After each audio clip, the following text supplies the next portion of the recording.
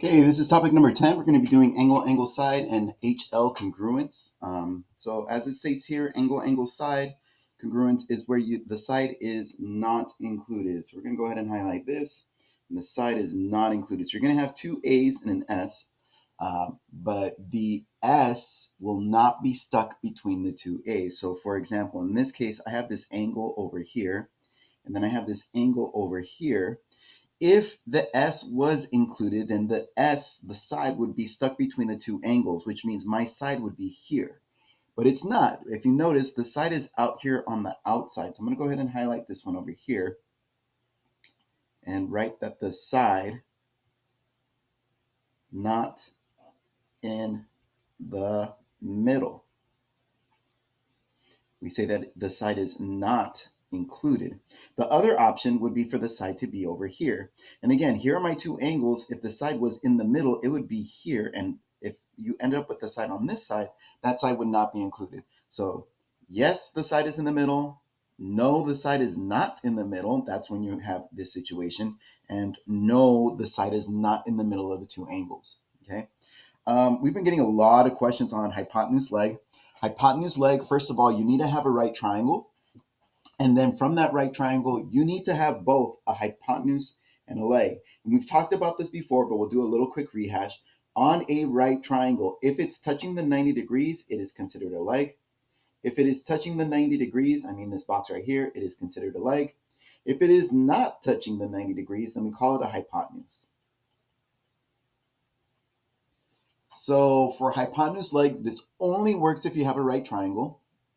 Um, it's a little bit tricky because for these ones, like if I were to just go ahead and jump, well, first of all, let's go ahead and highlight the terminology. Hypotenuse leg is when you have a hypotenuse and a leg. Let me go ahead and highlight the leg in yellow and the hypotenuse in pink. Okay, so the first thing I would see is like on this one, I would say, oh, I have an angle, I have a side, and I have a side. Notice that you have the two sides and the angle is not in between. Then students would say, oh, that's this, and you can't do that, right? There's no cussing in math, or it's a backwards donkey. And in either case, you're going to say, oh, it's not going to work. But with right triangles, we have hypotenuse legs. So if it's a right triangle, you still have to check to see if you have a hypotenuse and you have a leg. Well, the first thing I notice, well, I guess it would be the second thing I notice. The second thing I notice is this would be a leg on the hypotenuse. And this would be the hypotenuse on my right triangle. So I have a leg, check. I have a hypotenuse, check. Then this would be the instance in where you say, oh, even though it's angle side side, the hypotenuse leg theorem supersedes it, and you do have HL. So even though it's ASS, these are congruent, not because of ASS, but because of HL. Okay. One of the things that you have to be careful of, because I know students have been doing this a lot, they see right triangles and automatically they assume, oh, it has to be hypotenuse leg. Let's check this one out right here. I'm going to look at the second example, and I notice that I have an L because that's touching the 90 degrees. And then I have another L because that's touching 90 degrees. And I don't have the hypotenuse. So this is not hypotenuse leg. And then you say, oh, well, it's leg leg. Well, we don't have a leg leg. There is no theorem that says leg leg because there's a better theorem that we should be using instead. If you notice, this is a side, this is an angle, and this is a side, and the angle is stuck in between. So even though it's a right triangle, you're still using SAS. Okay, so this is not hypotenuse leg. Be careful to automatically assume with a right triangle it's hypotenuse leg. That's not necessarily true. Okay, and then the last thing we're going to cover in this page, as far as new things, would be a bisector. Remember that a bisector is a segment that creates either two congruent sides or two congruent angles. You need to read the problem very carefully because a bisector can do both. You just have to read it and say, well, what is it bisecting? Okay, in that case, it's going to create two of these. All right. All right. So let's see in this case what that looks like. So if they tell you that segment BD bisects segment AC, here is segment AC. AC is a side. Now, because BD is a bisector of that side, then it's going to create two congruent sides. It's not an angle bisector, it's a segment bisector in this case. And so what we would be able to say is that segment AD is congruent to segment CD. Because BD was a bisector of a segment, it created two congruent segments. How does that change on the next one? On the next one, it says segment BD bisects angle ABC. All right, the first thing I'm going to do is I'm going to go ahead and say, okay, here's angle ABC. And because segment BD is a bisector of that angle, then it's going to create two congruent angles. Therefore, I can write that this angle is congruent to this angle. So my statement in this case is going to be that angle ABD is congruent to angle CBD.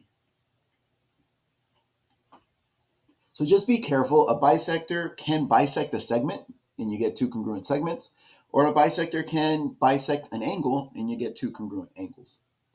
All right, let's go ahead and run through this proof. It says segment QS bisects angle TQR.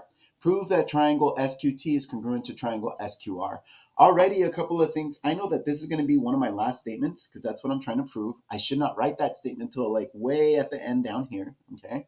And then I should write my givens. So my given is this from the word problem. Let me go ahead and just write that down. Segment QS bisects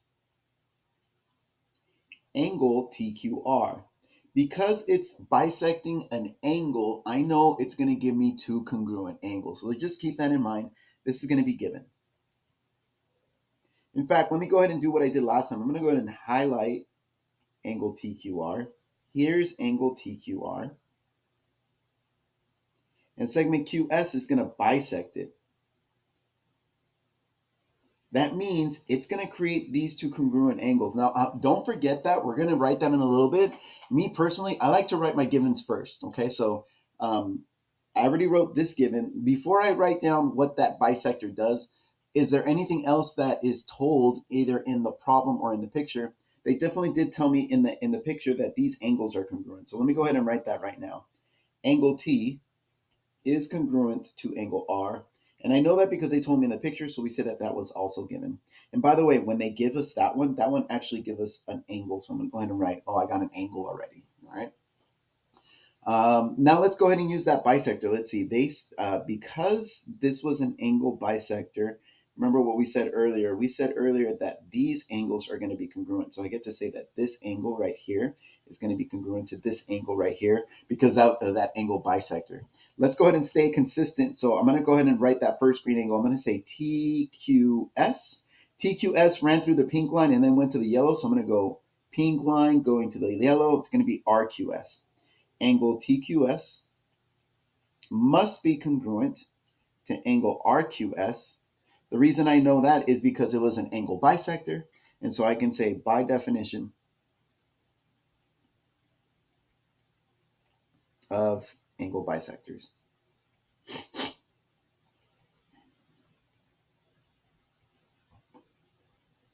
All right, what did that give me? That gave me another angle. Is that enough to say the triangles are congruent? No, there's got to be something else that's hidden there that I haven't used yet. And I see two triangles squished together. And when there's two triangles squished together, that means I should get two sides. Right there, segment QS. Sorry about that scroll. Segment QS needs to be congruent to itself, right? QS, make sure that the order is correct. I'm going to go from the green angle to the blank, from the green angle to the blank. That's going to say segment QS must be congruent to itself, segment QS. And remember that when you say that, you need to say that that's reflexive property.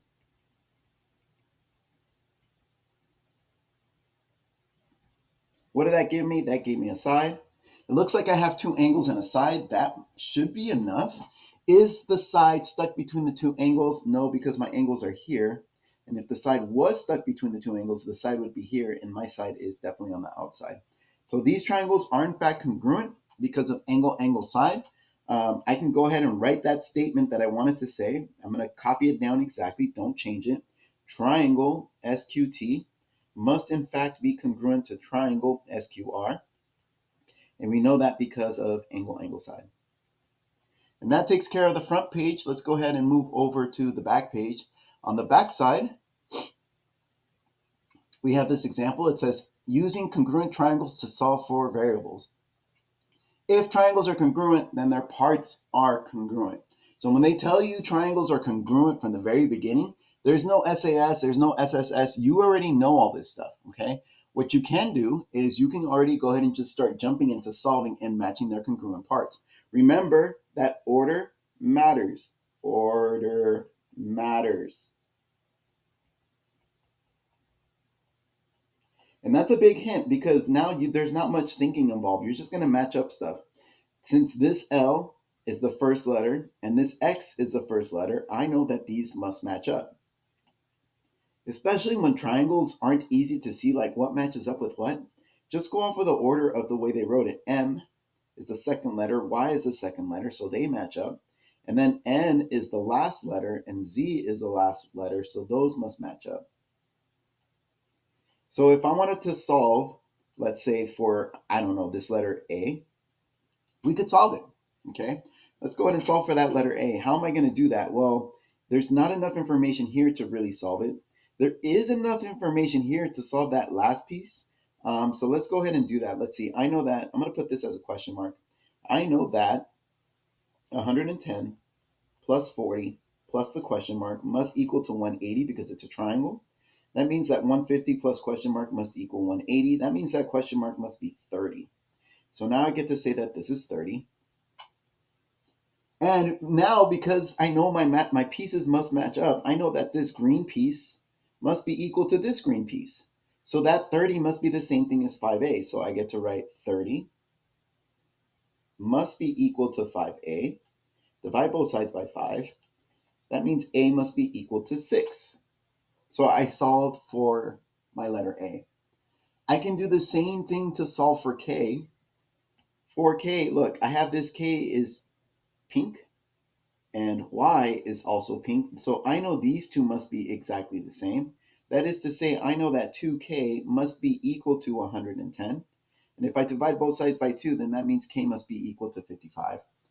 And we're pretty much done solving for all the variables. So match up your letters and then just go ahead and go off of that. Okay, we're going to do it one more time. I got triangle ABC is congruent to triangle EDF. I want to solve for all the variables. So we're going to go ahead and jump through this. Just like last time, we're going to match up. First letter is A, first letter is E. That means this A must match up with this E. Very little thinking involved, guys. You're literally just matching stuff up. Second letter, B and D. And then third letter, C must match up with F. Now, I think for this triangle, it's a little bit easier to match stuff up. But again, no thinking involved. You just go ahead and run through it. All right, so let's see. I have AB matching it up with ED, right? Green, pink, green, pink. Notice how I said the letters that I kind of switched it just because I'm going from green to pink, green to pink. That means this 2J must be the same thing as that 40. So I can go ahead and write 2J must be equal to 40. Divide both sides by 2, you get J equals 20. I got the first one, check. If I wanted to do the next one, I know that I'm trying to find 3M. So that would be green, yellow, right? FE would be congruent to CA, which means that 3M must be equal to the 24. So I write 3M must be equal to 24. Divide both sides by 3, and I get M is equal to 8. And honestly, I didn't even need that 15. It was just kind of there to distract me. It didn't get used at all. But it doesn't matter because I was able to find both variables, and we're done with that problem. All right, one more. We got a proof to finish up the notes on the back side, and then we're going to call it a day. So let's see. It says, example, segment XY is the perpendicular bisector of segment YWZ. That's something that we have not touched on. A perpendicular bisector is something that splits something in half and makes it perpendicular. Perpendicular means the lines form 90-degree angles. Okay, it's a very specific type of bisector. Now we need to prove that triangle WYX is congruent to triangle ZYX. When I know this is what I'm trying to prove, then this is the statement that should go towards the very bottom at the very end. I should not write that until the end, okay? You're going to copy it down exactly the way it is. All right, let's see. Let's go ahead and write our givens right away. I'm going to go off the givens off the picture first. just to make it, I don't know, just because I felt like it, I guess. What do I see? I see that this is congruent to this. So I'm going to go ahead and say segment XW is congruent to segment XZ. That's going to give me a side, and we'll see if we can work off of that. All right. So how did I know that? Well, that was given. Okay, I'm done with that. What else did they give me? They told me in the problem that segment XY is the perpendicular bisector of segment WZ. So let me go ahead and write that exactly the way it's written. Segment XY is the perpendicular bisector. Remember, perpendicular means 90 degrees of segment WZ. How do I know that? Well, I know that because it was given. That's going to be this. Let's see, here's WZ. And segment XY is going to be the perpendicular bisector. What does that mean? That means this thing is going to cut it perfectly in half, and it's going to do two things. It's going to split this into two segments, not two angles, two segments, because it's bisecting the segment WZ. So I'm going to go ahead and write that part right now. I got segment WY is congruent to segment ZY.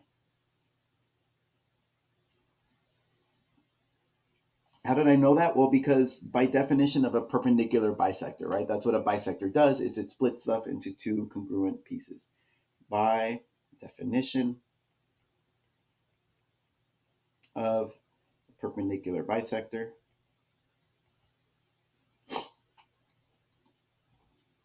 Okay, we haven't used this part yet. Definition of a perpendicular bisector. That's going to make it so that the two angles are congruent. I'm sorry, that these two angles are 90 degrees. How do I know that? Well, because that's what a perpendicular bisector does. It makes it so that the two right angles, it creates two right angles on each side. So I'm going to go ahead and say segment XYW, I'm sorry, angle XYW, that's this angle right here, is congruent to this segment right here. And that's because of that perpendicular bisector.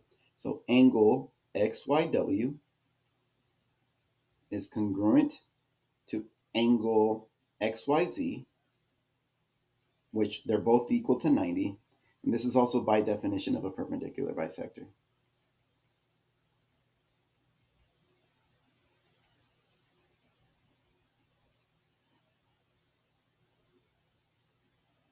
All right.